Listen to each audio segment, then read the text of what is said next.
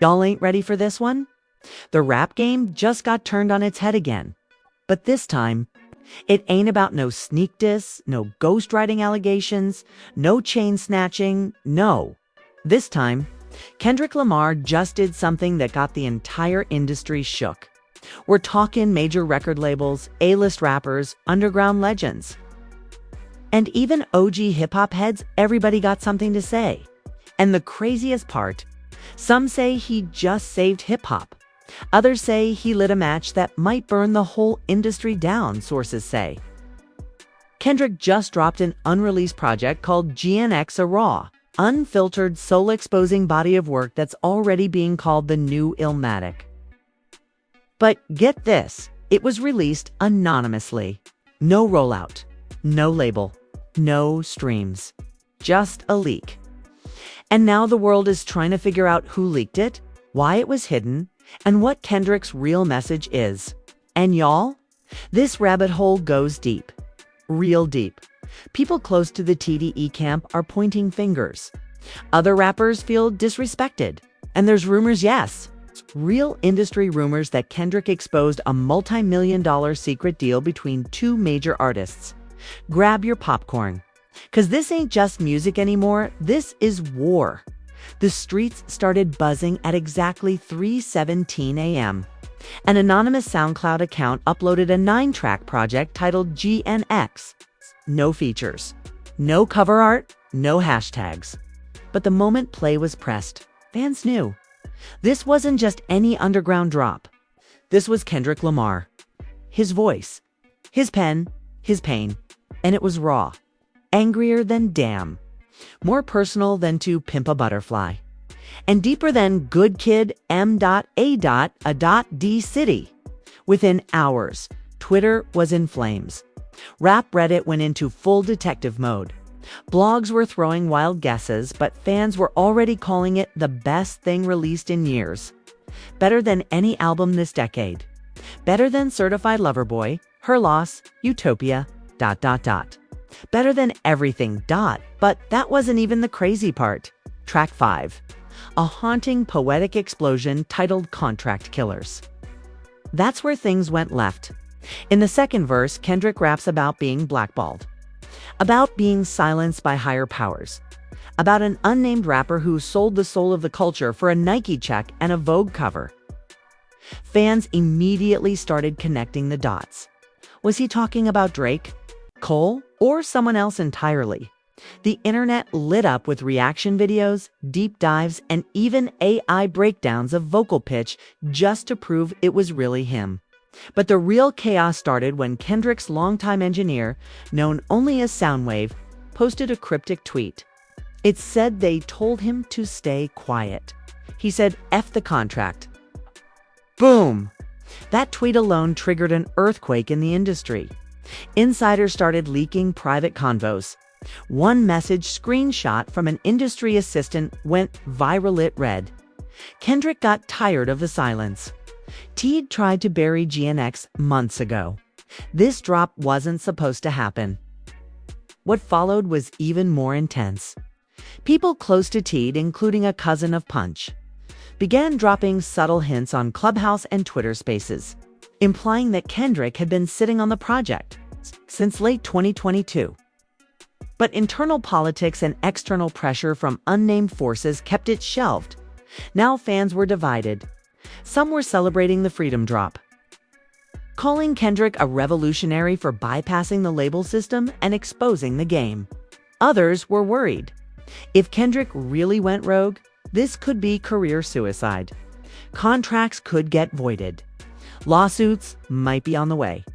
And then came the first twist. Dave Free, Kendrick's creative partner and PG Long co-founder, unfollowed several Teed accounts.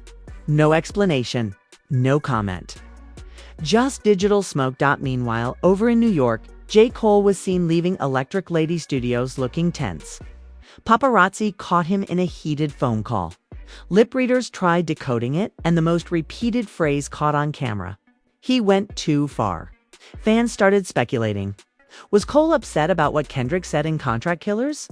Was there more behind the scenes that nobody knew about? The rap world hadn't been this shook since the Push T and Drake beef fan this time. It wasn't just about bars. This felt like betrayal, like broken brotherhood. And then, out of nowhere, a fake press release began circulating on Instagram claiming that Kendrick had officially parted ways with TDE. Fans took it as fact and chaos erupted. Teed's Instagram comments got flooded. People accused the label of gatekeeping. Some accused Top Dawg himself of crippling the greatest rapper alive. And while all this was unfolding, Kendrick stayed silent. Not a word, not a tweet, not even a like. His team didn't respond. Pidgey Long stayed mute. But fans kept digging. And what they found next was crazy. A private SoundCloud link shared only among a few close producers contained demo versions of tracks from GNX, except in these versions, Kendrick actually name-dropped two major artists directly. One of them was Drake, the other, Kanye West. Now remember, in the official leak, the names were redacted or replaced with metaphor. But the demos, they were fiery. In one verse, Kendrick raps, "They told me to play nice with the king of streams, but his throne built on tears and machine schemes." And in another, he says, "I watched the fall, trying to build a church on contracts soaked in blood." Fans lost it. Some praised the rawness. Others called it reckless. But one thing was clear: if this project was ever meant to come out officially, it was not going to sound like this. This was Kendrick off the leash. No filter, no rules. Just pain, truth, and venom. By the end of that day, the hashtag GNX was trending #1 on Twitter worldwide. Even industry veterans started weighing in. Lupe Fiasco tweeted, "What y'all hearing is the sound of real freedom. Y'all ain't ready?" Meanwhile, Charlemagne the God said on The Breakfast Club, this could either be Kendrick's masterpiece or his downfall. But that's when the drama really exploded. An internal email from Interscope leaked. And it showed something wild. Apparently, Interscope and Apple Music had been planning a surprise collab with Kendrick for early next year, a visual album experience titled The Black Box. But GNX wasn't part of that plan. In fact, the email called GNX a threat to current brand alignment. This wasn't just a random leak. It was a full-blown mutiny. And then we gotta talk about the phone call. According to a source close to Isaiah Rashad, Kendrick allegedly got into a screaming match with someone from Teed's executive team just 2 nights before the leak. The call, described as intense and heartbreaking, ended with Kendrick saying, "Y'all won't let me speak, I'll find my own mic." And apparently, he did. Through a burner account. Through ghost uploads. Through a movement that's now out of anyone's control, as part 1 of this story closes. The rap world is left confused, divided, and completely obsessed. Fans are combing every line of the leak for clues. Teed hasn't issued a statement. Kendrick still hasn't posted. And whispers are growing louder that more unreleased tracks might leak soon. Insiders say this might just be phase 1 of a bigger rollout. But if that's true, who's behind it? And why is Kendrick risking everything now? As the internet scrambled to make sense of the GNX drop, things behind the scenes were boiling. Sources started whispering about a meeting that took place 3 weeks before the leak. Not in Los Angeles. Not in New York. But quietly, almost suspiciously, in Atlanta. Private, no phones allowed. Only a handful of people were present, 2 top Interscope executives. A known legal advisor connected to Live Nation, Dave Free, and shockingly Schoolboy Q. Now, here's the twist. People always assumed Schoolboy Q and Kendrick were tight. Brothers, day ones from the Teed come up. But insiders say at this secret meeting, Q was not there to defend Kendrick. Instead, he was allegedly there to ask the label not to support GNX in any form. According to one leaked message, he said, "This ain't the brand we built." He airing out family. Fans went wild. Betrayal, hurt. People who once called each other soul-tied now sitting across corporate tables with lawyers. The internet couldn't believe it. With lawyers. The internet couldn't believe it. A known engineer name Blurred in a leak backed it up in a since-deleted tweet. Q been tight with top. They all felt blindsided. Kendrick been ghost, not responding for months. They thought he was done. Now he back with fire and rage. The tweet was up for only 7 minutes. But in this game, 7 minutes is enough for a million screenshots. Meanwhile, other members of the TDE camp started moving strangely. Absol, who's always kept things low-key and cryptic, posted a black and white photo of a microphone on fire with the caption, "Truth don't come with permission." No tag, no explanation. But fans instantly connected the dots. Was Soul siding with Kendrick? Was the family officially split? And then there's Sha. Her name wasn't mentioned directly in any of the tracks. But on track 7, titled Broken Bond, Kendrick raps about a sister who danced through pain, but now sings for crowds built by suits who muted her roots.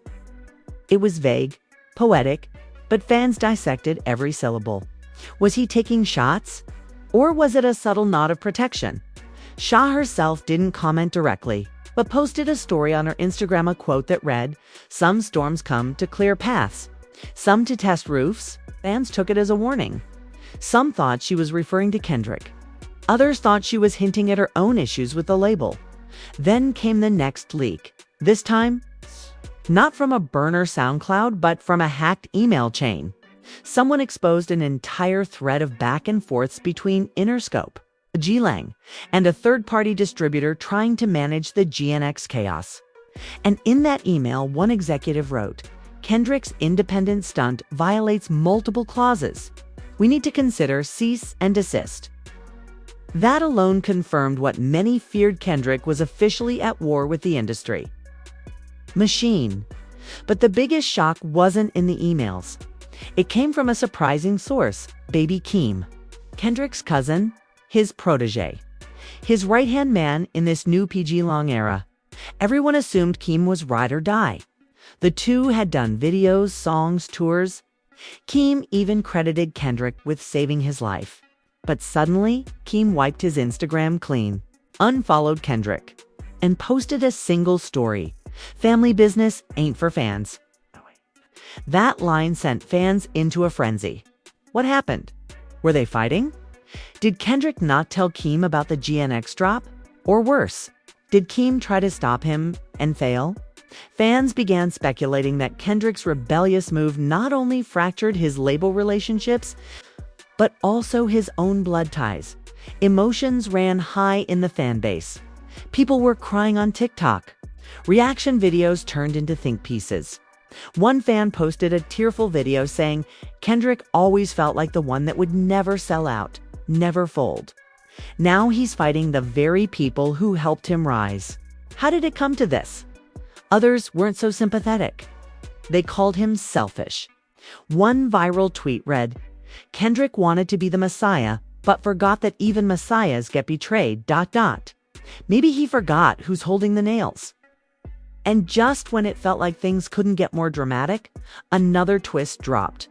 A well-known DJ from Los Angeles, deeply connected in the West Coast, Sin claimed that GNX wasn't leaked by accident.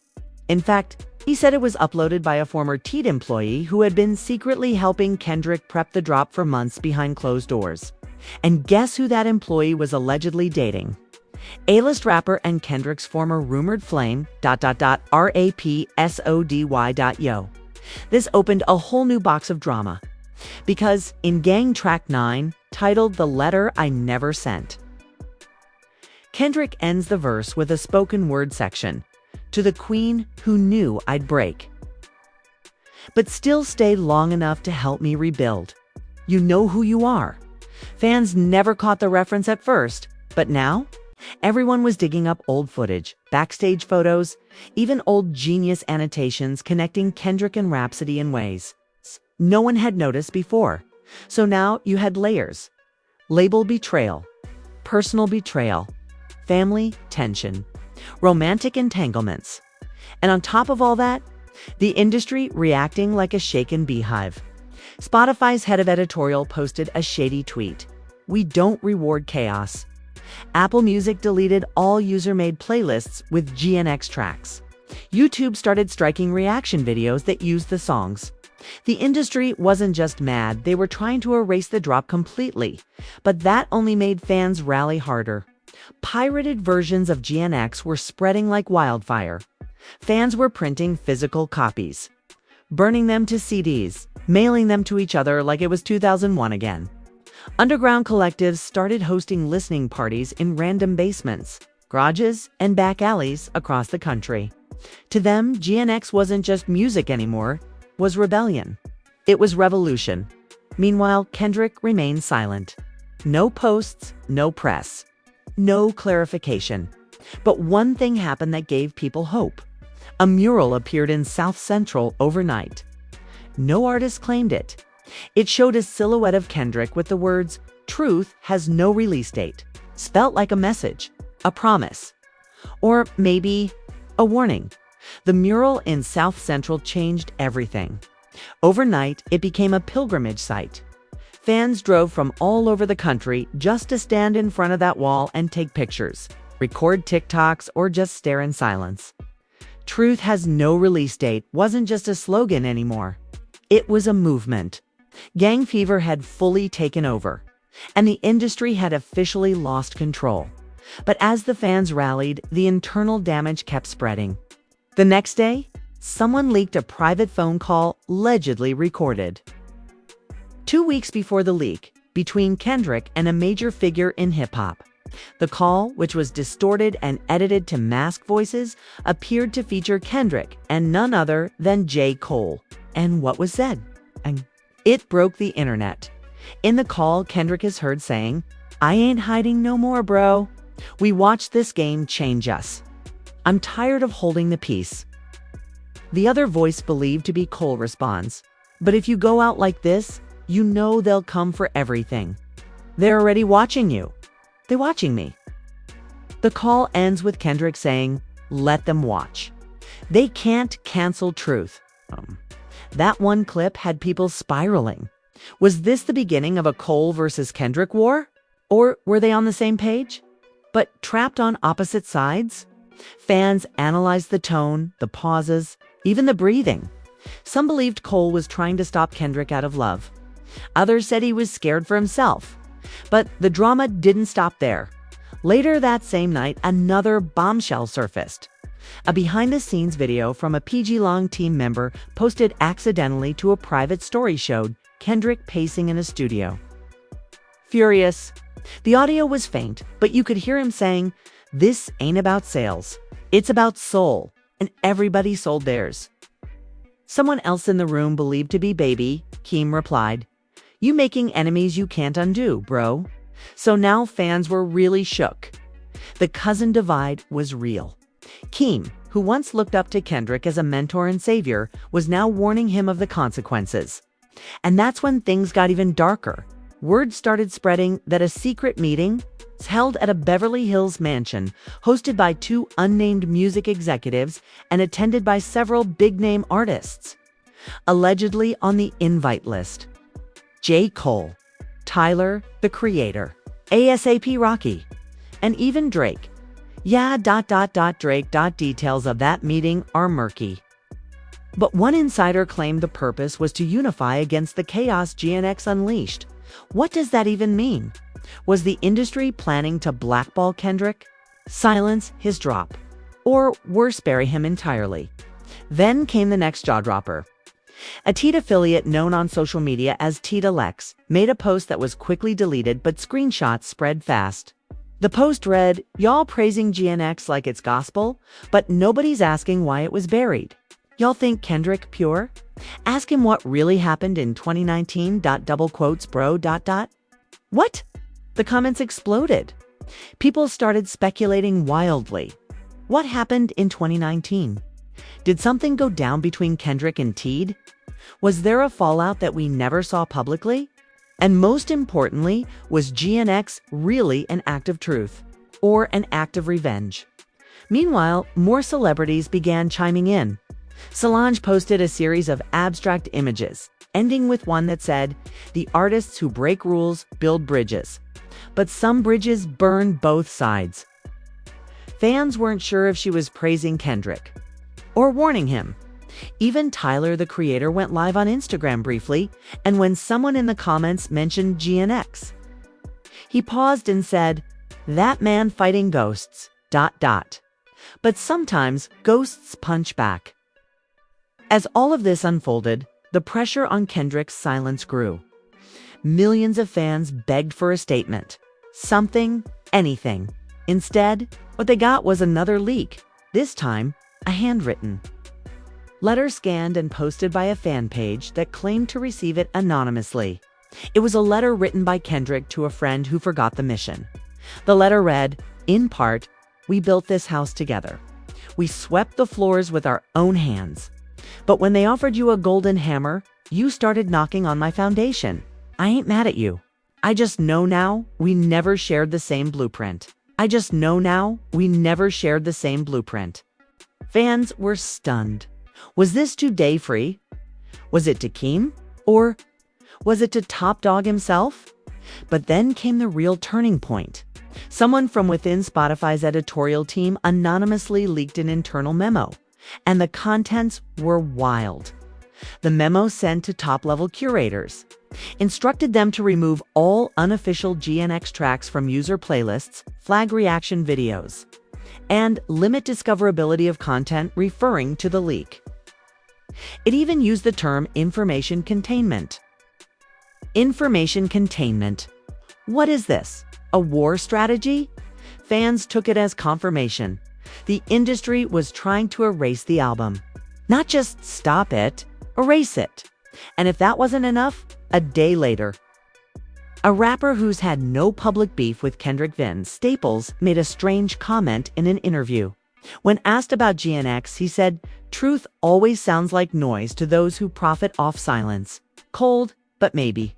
The most heartbreaking moment came when a fan posted a throwback video of Kendrick and Absol freestyling in 2012. In the clip, they're laughing, vibing, brothers in rhythm. The fan captioned it, "Crazy how the world shifts." These were the pure days. AB Soul reposted it. With a broken heart, emoji, no words.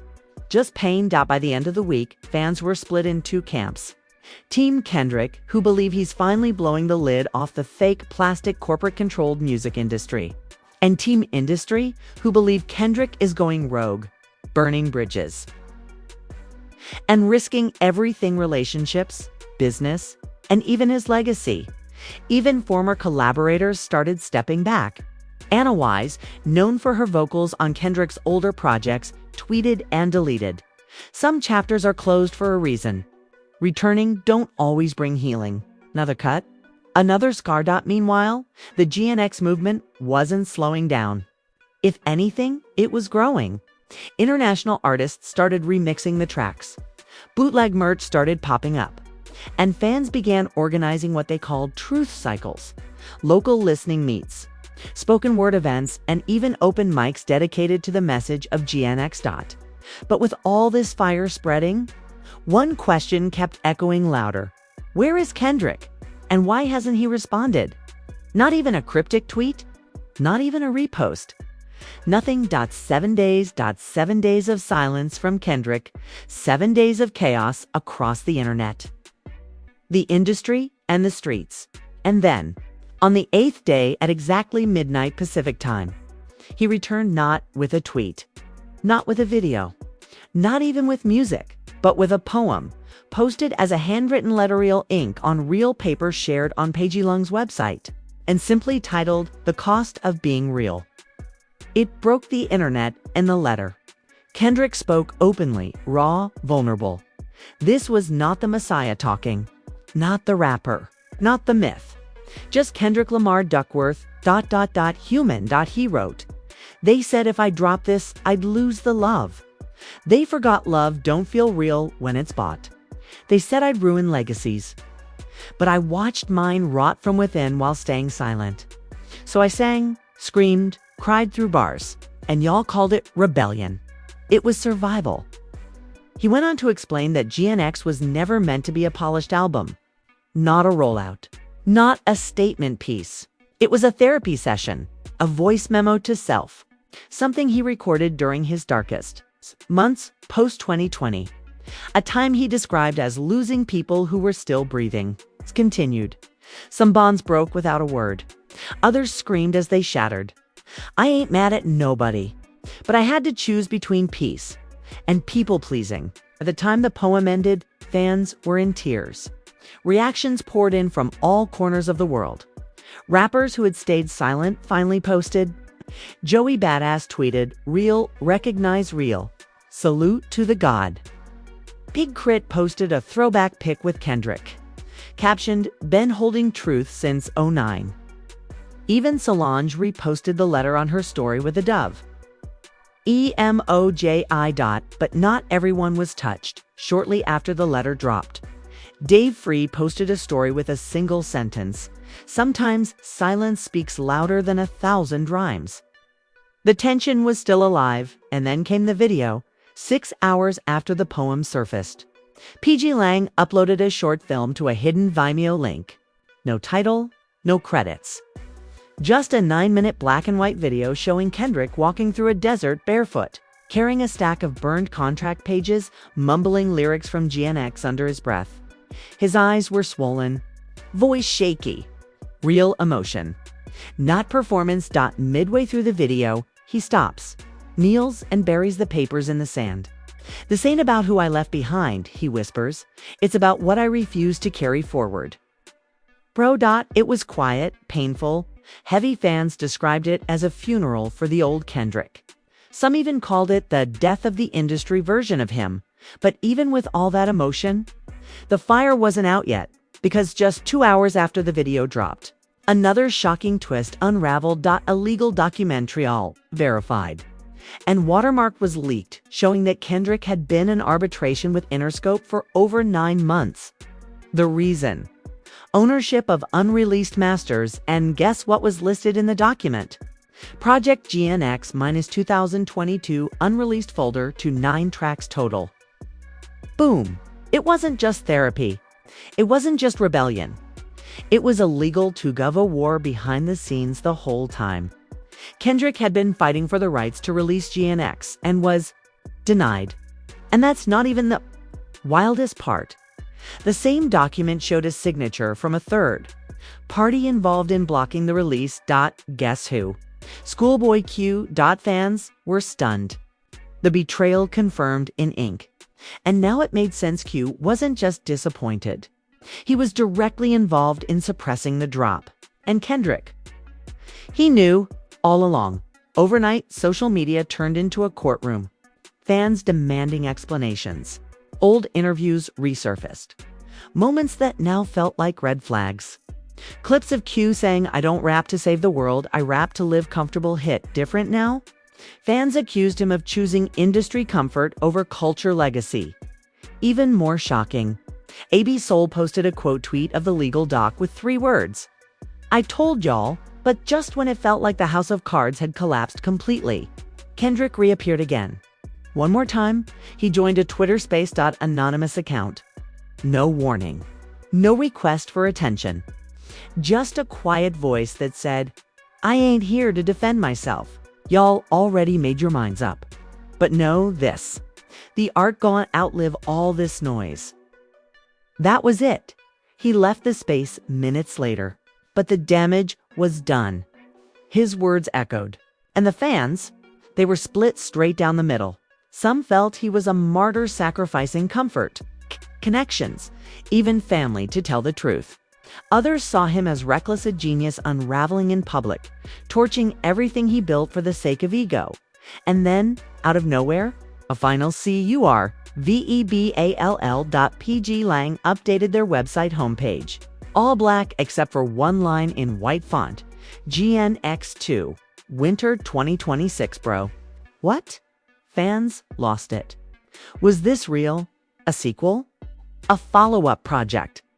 Or was it just smoke and mirrors? Nobody knows. But what we do know, Kendrick Lamar didn't just drop music. He dropped a mirror. A Mirror on the industry, on brotherhood, on silence, on truth, and whether you love him or hate him. Agree or disagree, one thing is undeniable. Hip-hop will never be the same after this. The masks are off. The gloves are off. And the culture. Wide Awake Now. GNX didn't just shake the system. GNX didn't just shake the system. It cracked it wide open, and the tremors are still coming. As we close part 4, the only thing left is the question no one's ready to answer. Did Kendrick Lamar just save hip-hop? Or did he bury it? To rebuild it from the ashes? Stay tuned, because this saga, it's far from over. So here we are, after leaks, letters, legal wars, and lyrical bloodshed. Kendrick Lamar stepped out of the shadows, shook the foundation of the industry, and vanished right back into the silence he came from. Gang wasn't just a drop hit, was a declaration. No promo, no label cosign, no radio hits, just raw truth, pain, and rebellion. And in doing so, Kendrick forced everybody to pick a side. Was this the resurrection of real hip-hop? Or the start of an all-out civil war in the culture? Did Kendrick break the rules to protect the art? Or burn bridges that should have never been crossed? These questions ain't just for the blogs or barbershops anymore. This is for you. Yeah, you watching right now. Because this ain't just entertainment. This is the culture in crisis. This is the moment where silence is complicity. So we want to hear from y'all. Drop a comment right now. Did Kendrick go too far? Was GNX worth the fallout? And who's really responsible for trying to bury this project? Don't just watch the wave, be part of the conversation. And if you rocked with this breakdown, go ahead and hit that like button, smash that subscribe, and tap the bell so you never miss another deep dive into the stories they don't want you to hear. Real news, real drama, real culture.